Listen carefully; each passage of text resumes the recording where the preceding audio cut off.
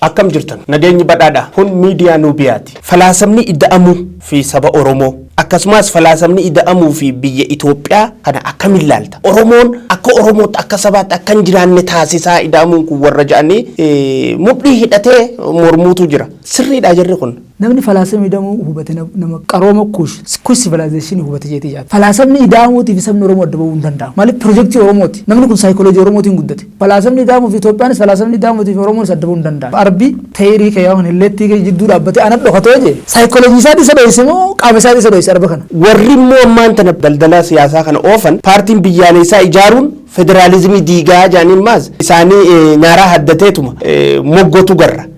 Paartii biyyaalessaa jechuun akka federaalizimii diiga.